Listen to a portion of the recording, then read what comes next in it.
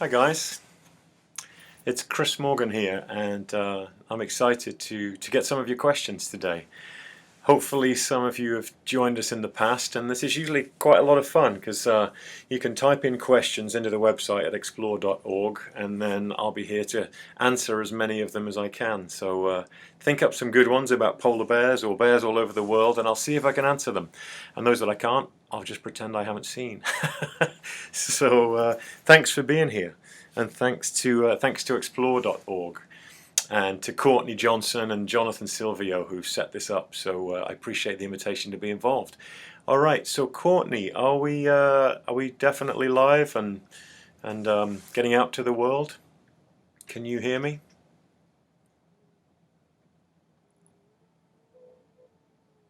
Apparently, if you can't see me on your browser, if you refresh or reload your browser, then that usually helps, and I should pop up on your screen if this technology is working. Don't ask me how it works, but it looks pretty good. So, okay, looks like we're all set, says Courtney. So I've got some really good questions to start with.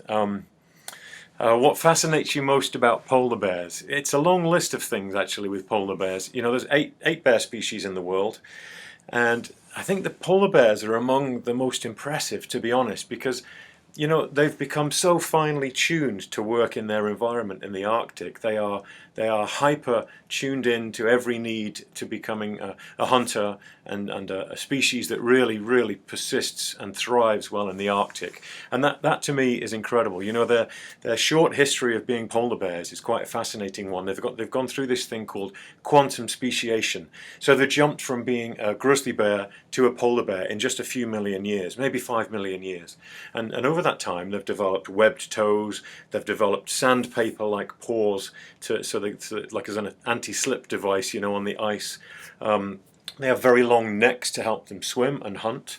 They've become exceptionally strong. Their sense of smell is unparalleled almost in the animal world. They've got to be up there among the best smellers in the world.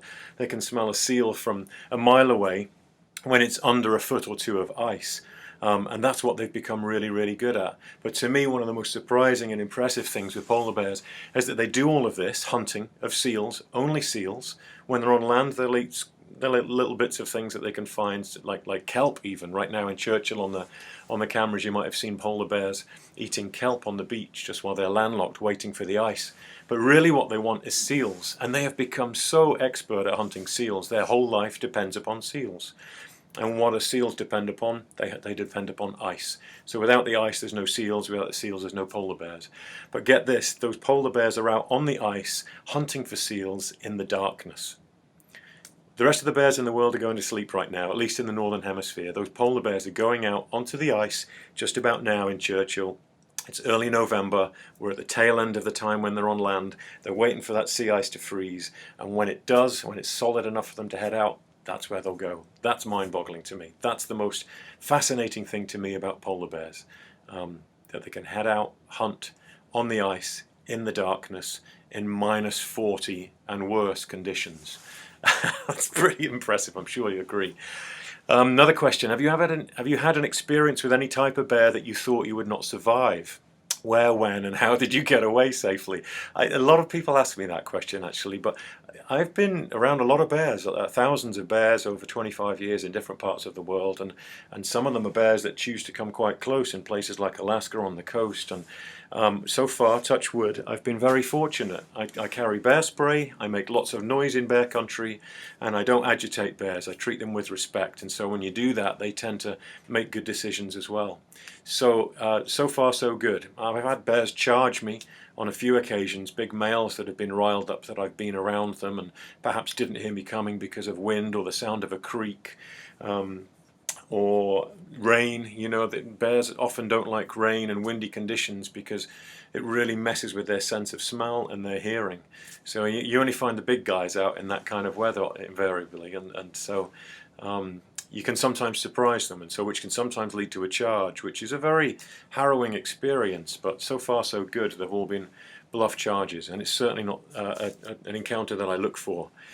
Distance is a good thing. I participate and work on lots of different safety projects. Here's one of them. This is This is one of my brochures, bear safety. So it's very important to me that people are safe in bear country, and there's easy ways to do it. With polar bears and grizzly bears. Polar bears are a little less predictable than grizzly bears, a little more tuned into being a fully fledged carnivore that's looking for a meat meal, way more than a grizzly bear is. I'm trying not to be too long-winded so we can get through lots of questions, because I'm only here with you for half an hour. What's the best thing to do when you come across a bear while out in the wild? Well, that's a great question, but it depends on various factors, and one of them is what kind of bear are you dealing with. You know, traditionally, typically when it's been grizzly bears and black bears, if you're out on a trail and you encounter a bear, and it's a surprise encounter, best thing to do is to just make sure that bear doesn't feel threatened. And so you can back away and use your voice and try and calm the bear down and ensure that he doesn't feel threatened by your presence, and that usually deflates the situation. Usually they'll run the opposite direction, but if they're sort of standing their ground and wondering if you're a friend or foe, just make sure that you're not sort of threatening. Other situations might be a more aggressive bear that pursues you as a potential prey item, and that's very, very rare with black and grizzly bears. And in that case, if you find a bear that's really being pushy and coming towards you, then that's the kind of situation where you really need to make a lot of fuss and a lot of noise and make sure that bear doesn't feel that you're on the menu of the day. Polar bears are a quite different thing. Those people who live in polar bear country already know how to do that, so I won't go into that detail, because it's a different set of facts, different set of knowledge when it comes to polar bears, because they're very much focused on finding a meat meal in the form of a seal. So don't go out there doing seal impressions. That would be my advice. How do polar bear mums differ from other bear mums? Wow, that's a nice lead-in to you know, one of the most, there's so many fascinating facts about polar bears, and you know, you get a sense of that when you're watching them on the explore.org cameras, because what they're doing right now is in this state of walking hibernation. So these bears have been on land in that part of the world, in Churchill, since about June or July of this year, when the ice broke up on Hudson Bay. It's a body of water the size of Texas. Shrinks and shrinks and shrinks. The ice comes down to the size of a small drift of ice, and then the bears jump ship. And where they jump ship is south of Churchill there, and they're on land then until the ice comes back now. So those bears have fasted. They can't access seals from the land, so they've fasted for about 6 months. June, July, August, September, October, November, yeah, 6 months. The most fascinating thing, though, is that some of the females have fasted even longer than that, because they stayed in a winter den on land when all the other bears this time last year went out onto ice. So when the other bears head out onto the ice in November, the females that are pregnant in that part of the world actually den on land. So they'll dig an earthen den on the land near Churchill there, and they'll give birth in November, December, January, and those cubs come out with the female in about April, May time, and that doesn't give them a chance to get out onto the ice to hunt seals. So they end up going right the way through the season into November and without a meat meal. It's unbelievable. But she still nurses those cubs and still somehow meets their nutritional needs. So it's a feat that's almost unbelievable, as there are with many facts like that with polar bears. Yeah, they are pretty incredible animals. Let's see, what other questions have we got? Keep them coming, Courtney. I think I'll take a couple more questions here. What fascinates you most? Oh wow, there's more down here. Sorry, I didn't scroll. Okay. Do you ever accept graduates and interns to come along with you when working in different sites? And if so, how can we get that opportunity? I'm glad you asked that, because you know, it's a lot of people ask. What the work that we do is pretty exciting. There's a lot of dull behind the scenes stuff that goes on, but there's a lot of excitement, and I love encouraging new people into the profession of wildlife conservation and fieldwork and research and environmental education and film, all of the things that we do. One thing that we're trying to do right now is, what do I have to show you to help you visualize this? We're working on a film right now called Bear Trek, and it's about a journey I take around the world, and one of the locations is Churchill, where the polar bears are that are on the Explore cam. And we're telling the story of bears, 4 different species around the world, from Alaska brown bears to sun bears in Borneo, polar bears in Churchill, Manitoba, and Peruvian spectacled bears. And so this wide, diverse array of bears, and each of them has something fascinating about them, from the coldest place on Earth to the hottest place on Earth in this film. And along the way I meet biologists that are working on them. So in Peru it's a lady named Robin Appleton. In Borneo it's a guy named a guy named Sute Wong. In Churchill, it's a biologist friend of mine named Dr. Nick Lunn, and each of these people are studying their bear species.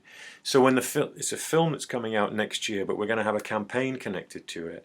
And one of the things that we want to do is launch this Bear Trek Ambassadors program. So we will be hiring and taking on 8 Bear Trek ambassadors from around the world to represent each of the bear species. People will be auditioned and get engaged so that they can become a voice box on social media and through other outlets about their bear species, spend time in the field with the biologists working on them, and just get word out about these bears, help to fundraise for them and get the masses involved. So there's one way of getting involved. When is the new Bear Trek movie released? I love it. That's the film that I'm talking about. That's the next question there. So we're close to getting Bear Trek finished, and it's been a beautiful long journey that's triggered all kinds of different projects, and it'll be ready by January. We're going to go into the film festival circuit, and from there we will see how far we can take the film and get lots of people engaged along the way to fall in love with bears.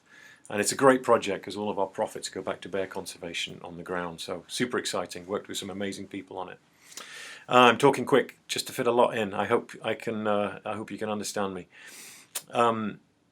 Will polar bears ever adapt to become fish eaters like their brown bear cousins? You know, I love that question because I saw a film not too long ago, and I can't remember where it was filmed, but it was polar bears eating salmon, chasing salmon through rivers like brown bears do, and I've seen brown bears doing it 1,000 times in Alaska. But I've never seen polar bears doing it. So when I saw this film clip, it was really, it really struck me, because it basically looked like these giant white grizzly bears chasing salmon around. So they do it, and in certain parts of the world. I think polar bears will always have that little bit of grizzly about them, a little bit of brown bear about them, where they're very adaptable and they can turn to any kind of food resource, whatever's available, but they've evolved really to consume fat, large amounts of fat. I mean, they can easily kill a 150-pound ring seal or a bearded seal, which is much bigger than that, bite it on the head, pull it out of its breathing hole, vacuum up the fat off it, and they assimilate 97% of that fat, which is an incredible thought, really. I mean, you know, the waste ordinarily on intaking that amount of fat would be very high, but polar bears assimilate 97% of it. So, you know, they eat 8 ring seals a month, and they're doing okay. It's a fast way to get fat. Not the diet that I recommend, but it works really well with polar bears. Let me see. Chris, I loved it when you held those tiny black bear cubs inside your jacket while Mum was being evaluated. Have you ever held a polar bear cub? No, and it's my dream. I would love to hold a polar bear cub. The black bears were in a film that we made called Animal Homes, which we made with PBS earlier this year, and it was just an absolutely wonderful experience. We took black bears out of a den where they were denning with their female that we had tranquilized, and we were monitoring the size and weight and condition of these small cubs. So I got to crawl in this den and hold these little cubs, and ended up with them in my jacket to keep them warm while we processed Mum and made sure she was okay, and it was just a magic experience. But no, I've never done it with polar bears, but I would die for that experience. It was a profound day when we did it with black bears. What does it mean? Here's an interesting behavioral one. I love animal behaviors, so I love this stuff. What does it mean when a bear makes chewing motions at another bear? Is the bear signaling to another bear that it doesn't want to spar or fight? Well, okay, so chewing motions, jaw popping we call it, or chomping, and basically it's a bear, and most of the bears do it. You know, I've definitely seen grizzly bears and black bears and polar bears doing it, and they kind of they snap their back teeth together, their molars together. Here's a grizzly bear skull. This is an old grizzly, but you can imagine the noise that that bear makes when it's snapping those teeth together. And when it does, it's a warning to other bears that bear is anxious and wound up and not very happy. It's a low-level stress sign, and so is yawning. Funnily enough, you'll see another body language when a bear is just giving out a yawn, and it looks like a natural yawn, but it's not. It's actually a low-level stress indicator to other bears, and they have all these subtle body languages, like humans do, I guess. So yeah, the jaw popping is one of those things that, in no uncertain terms, they're making it clear that you shouldn't come any closer. I'm agitated, I'm frustrated, I'm salivating, I'm huffing. A lot of bears will they'll do that kind of thing to each other, and yeah, you know that you've got an agitated bear in that case. My spy ed kids have been spellbound watching the polar bears. Anything that sparks their learning is a fantastic discovery. Thank you. We watched a bear yesterday banging its head on the ground and ice, followed by digging. Why was that happening? Oh, I wonder why that was happening. I don't know. I wonder what that bear was doing. Banging its head on the ground, ice, followed by digging. Not sure why it would be banging its head, but usually and this wouldn't be happening on land, but when you've got a bear, what they are very adept at, these polar bears, is pouncing through a layer of ice into a lair where there are seal pups, and this is usually the spring, and it becomes just a feeding frenzy for them at a time when they really, really need it, the tail end of winter before they hit land again, and so they'll pounce through like this, and surprise a seal in its lair. But I don't know why it would be headbutting the ground. That one seems a little strange. Maybe he's just keen to get out onto the ice. He's had enough of being on the land. Okay, what originally led to your interest in conservation? Somebody asked me that the other day, and I think I was just born into wildlife, loved animals, and it wasn't always big carnivores. It started off with ants. I loved ants and insects and snakes and lizards, and I had snakes and lizards and ants in my bedroom as a kid, and stick insects and praying mantises and all of those things, and I was just fascinated by the natural world and where these insects and creatures took me, and I still am. And then what triggered me into bear conservation and work was when I was 18 years old. I came to the States for the first time, just visiting, worked on a summer camp in New Hampshire, and a bear biologist came to talk to the kids at this summer camp, and I was amazed that you could be a bear biologist. So I bugged him enough until he finally relented and let me out in the field with him, and we went out and did some field work together on black bears, and it's a long story, I'll tell you some other time, but that was a trigger for me that led from, I was going to be a graphic designer until then, but it led from me, basically changed my whole life trajectory as an 18-year-old. Went into bears instead of being a graphic designer. So, but I'd always been into wildlife, and yeah, I'd always been encouraged by my parents to go and explore and be in the wild and love wildlife. So a lot of it comes down to my mum and dad, Rob and Phil. Hi, mum and dad, I love you. All right. How big is a polar bear's den compared to other bear dens? So dens can be really elaborate, whether it's a grizzly, a black bear, a polar bear, what have you. It all depends on the size of the family unit. So polar bears that are pregnant are the only ones that den. So usually they've got to have a space that's big enough for them. It's excavated into the land in a place like Churchill, and doesn't need a lot of space and extra room, because those polar bears are just on their own when they go in there pregnant.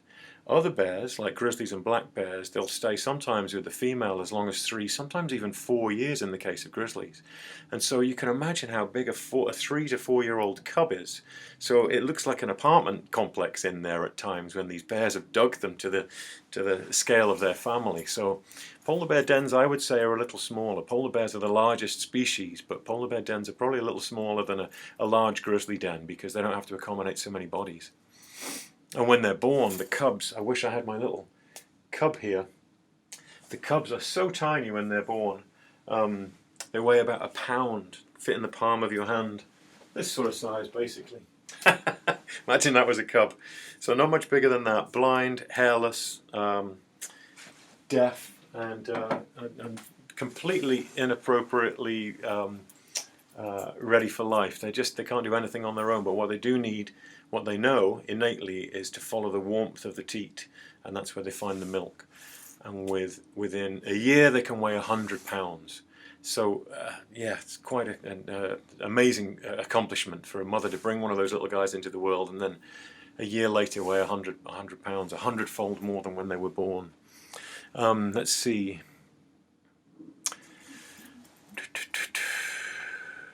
Oh wow, did you hear about the recent brown bear cub death that occurred at the live cam at Katmai National Park? And if so, what are your thoughts on its mum's maternal response to the event? Wow, no, I didn't hear about that. I've spent a lot of time at Katmai National Park and where the cam is there at Brooks River, but I've not heard about that. I would love to know more. I'll look into that and so I could answer your question. Is there an evolutionary explanation for why bears walk pigeon-toed compared to some other four-legged hunting animals like wolves or big cats? The explanation that I've heard is that grizzlies and other bears, even down to sun bears in Borneo and most of the species I've seen, they have this interesting gait of being pigeon-toed, as you say, and it's a digging adaptation is what I've heard over the years. So it enables them to really effectively dig in the most efficient way. What else have we got? Yeah, God, you guys have got some great questions. Okay, how do polar bears stay warm when in and out of the water in frigid temperatures? You know, back to their adaptations, one of the things that polar bears have is this incredible fat layer. And that fat layer helps keep them buoyant, and it keeps them from feeling the full effects of the cold, you know, and that's how they're used to walking around an environment that's minus 40 degrees, unimaginable to us being exposed to that even for a few seconds, and especially with wind chill factors involved. You might be able to hear the northwest wind where I am here through the window. Sounds like the Arctic out there. So they have this fat layer, but they've also got hollow hairs. So the polar bear's hair is not so much white or yellowish, it's actually translucent. So those hollow hairs do a couple of things. They enable the polar bear to float more effectively. It's a buoyancy system. But those hollow hairs are also really good for insulation. So they keep the bear warm effectively, you know. So there are a couple of the adaptations that polar bears have. The hairs and the massive thickness and layer of fat, which can be this much on a large bear, that might weigh 12 or 13, 1400 pounds at its heaviest time of year. So you can imagine a bear of that size, it's easy to have this much fat on it, and it keeps it well insulated. Do polar bears and grizzlies have the same paws?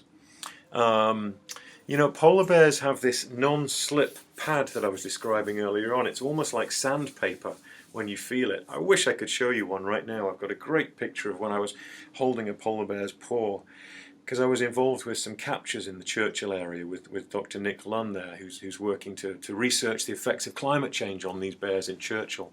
And he's caught over 1,500 bears in this way. So we joined him for Bear Trek to film him.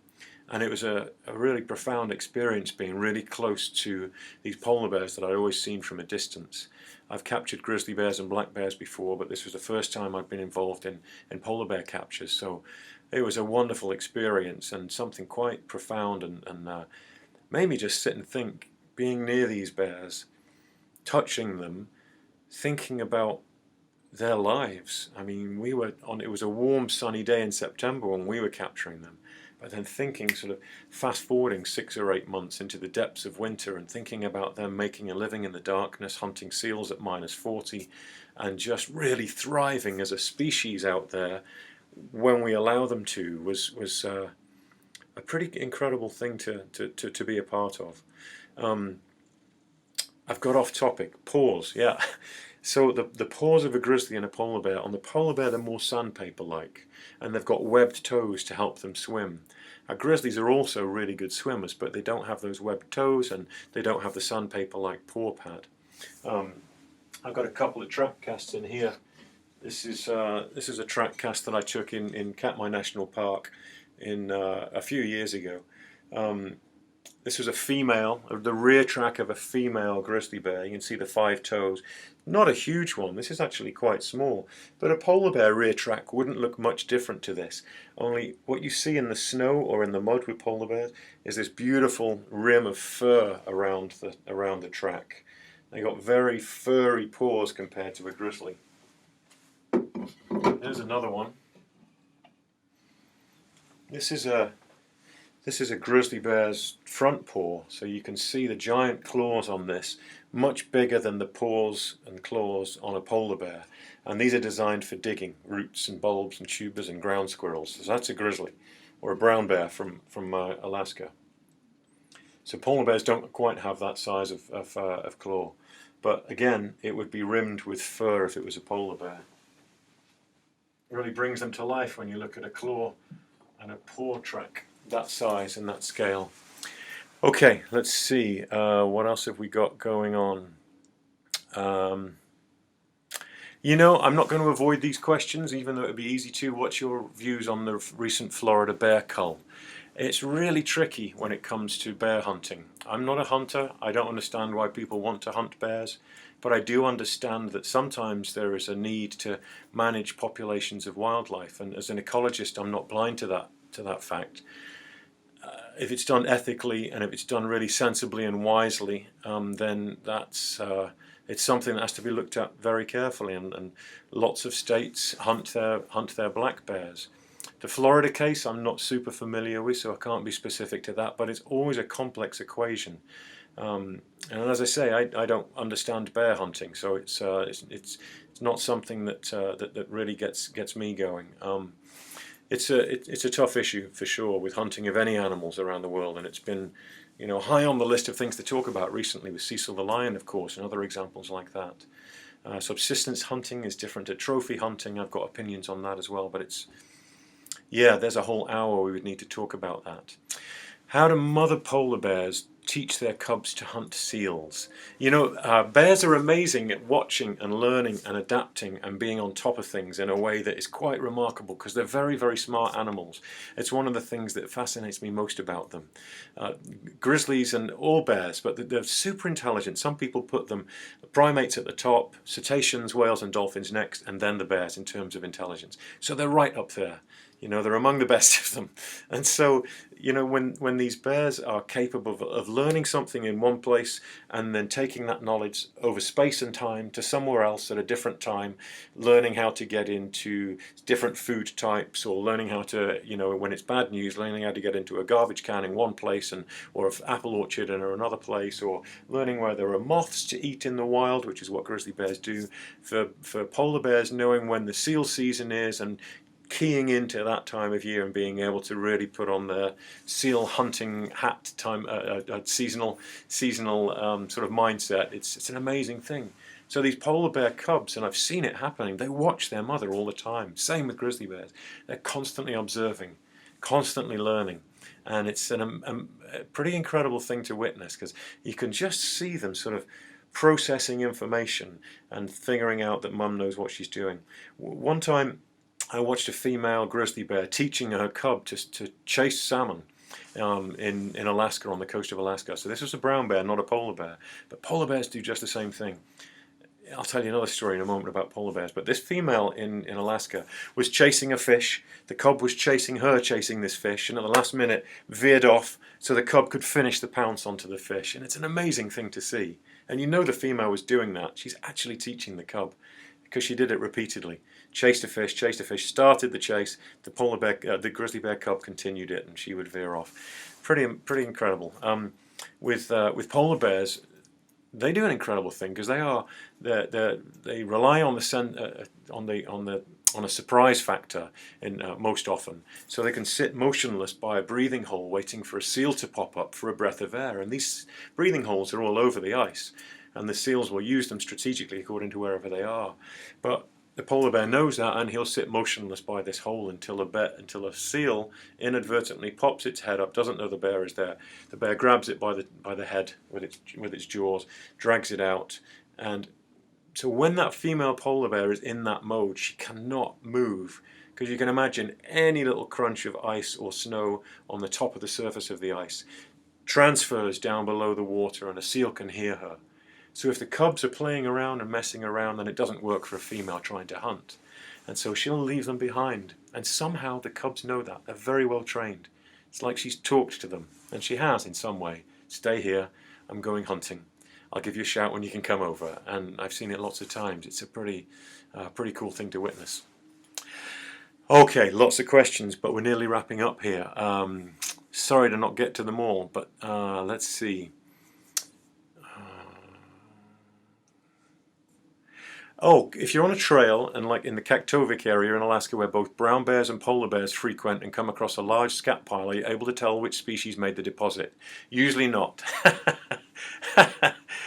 I've got a suspicion. Is this Bruce Fans that has made this, that has put this question? This is Bruce's photograph up here, and he's about as obsessed as I am with bear scat. Is that you, Bruce? I wonder. So it's very difficult to tell the difference between polar and grizzly bear scat, especially when they're in one place, perhaps eating the same things. Generally, grizzly bear scat is usually a bit more solid and usually bound together because they're eating more vegetation than a polar bear is, but it can be very tricky. But scat, either way, they're very tuned into it. I've got a great picture in my book. Let's see if I can find it here really quick for you. For those fellow scat-obsessed individuals out there. So these were bears up in Kaktovik, where this person is asking about. And I got a really, found a really nice example of a place where a bear had changed its behavior because there was a pile of scat on the ice that it wanted to go and explore. I wonder if I can find that for you here. Sorry to take so much time with this here. Can you see that? So in this picture, there was a trail. This is a trail from a polar bear walking along, stopped dead in his tracks, and hung a right. And where is he going? Straight over to that pile of scat right there. And you can see he was heading this direction. Then he must have got downwind from the scat and wanted to check it out. A little signpost on the ground that another bear had been around, and bears love that. They love knowing who else is around. They're really tuned into other bears' presence. Okay, two more questions. So do you think polar bears will be able to adapt to climate change? That's a heavy question.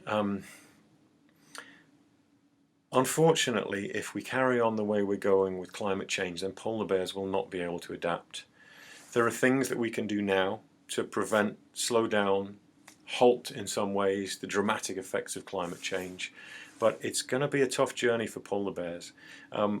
By 2050, we're likely to lose 2/3 of the polar bears on the planet, and that's not something I can live with. It fuels me every day to try and change that and share with people that do we want to live in a world where there are no polar bears? I don't think so, but we can do things to halt the effects of climate change on polar bears. So let's do it. Switch your lights off when you leave a room. Make sure you don't leave your car idling. All of the things that you hear about all the time, they should be in our minds, and share them with friends and kids, and let's do the right thing by polar bears. You know, if we lose 2/3 of the polar bears on Earth by 2050, that's about 1 bear per day. I did the calculation. It's about 15,000 bears, a bear a day. And these bears are individual animals. You know, we all talk about populations in far-flung places of the world. 19 populations of polar bears around the world. But what it comes down to, that's 25,000 polar bears. But that's 25,000 different individuals.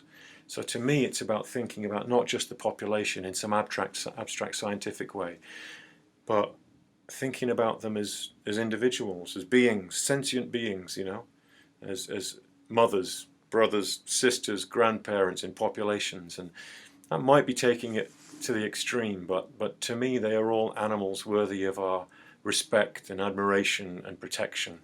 And maybe, in my mind, I think that we're just stewards here for a while as human beings. We won't be here forever. Planet Earth will be fine without us when we're gone, and we will be gone. But why don't we just make ourselves the most brilliant, wonderful stewards while we're here on this planet? We have the brains for it, so let's put them to use. Last question, guys. Oh, just back on that climate change thing, though. The thought is that there may well be a much smaller over the next 100 years a much smaller polar bear population. And if there was, it would be in the northern reaches of the Canadian Arctic and Greenland, in an area where the ice is most likely to last the longest. But that would mean that the polar bears of Hudson Bay that you've been watching on Explore have long gone. They'll be one of the first populations to go, sadly. They're the most southerly populations in the world of polar bears. So things don't look good for them in Hudson Bay. The work that Nick Lunn has done has shown bears are getting smaller there. They're getting lighter, they're getting smaller, survival rates are down, and so it's tough. As Nick said, it's a tough place to be a polar bear. It's becoming one. But not to end on a downer. I want one last question. What is the one most important thing you have gained or learned on your journeys? Wow. That's a loaded question, isn't it? I think, what would it be? I think to be open to experiences and people around you. I've learned so many things from amazing people, and it drives me on to meet more of them and do what I can to help them in any small way. And so it's something that it's been a long journey. Life is a long journey, isn't it? And I've been lucky enough to meet a lot of great people. So just being open to what's around the next corner, and being open to the people that you encounter.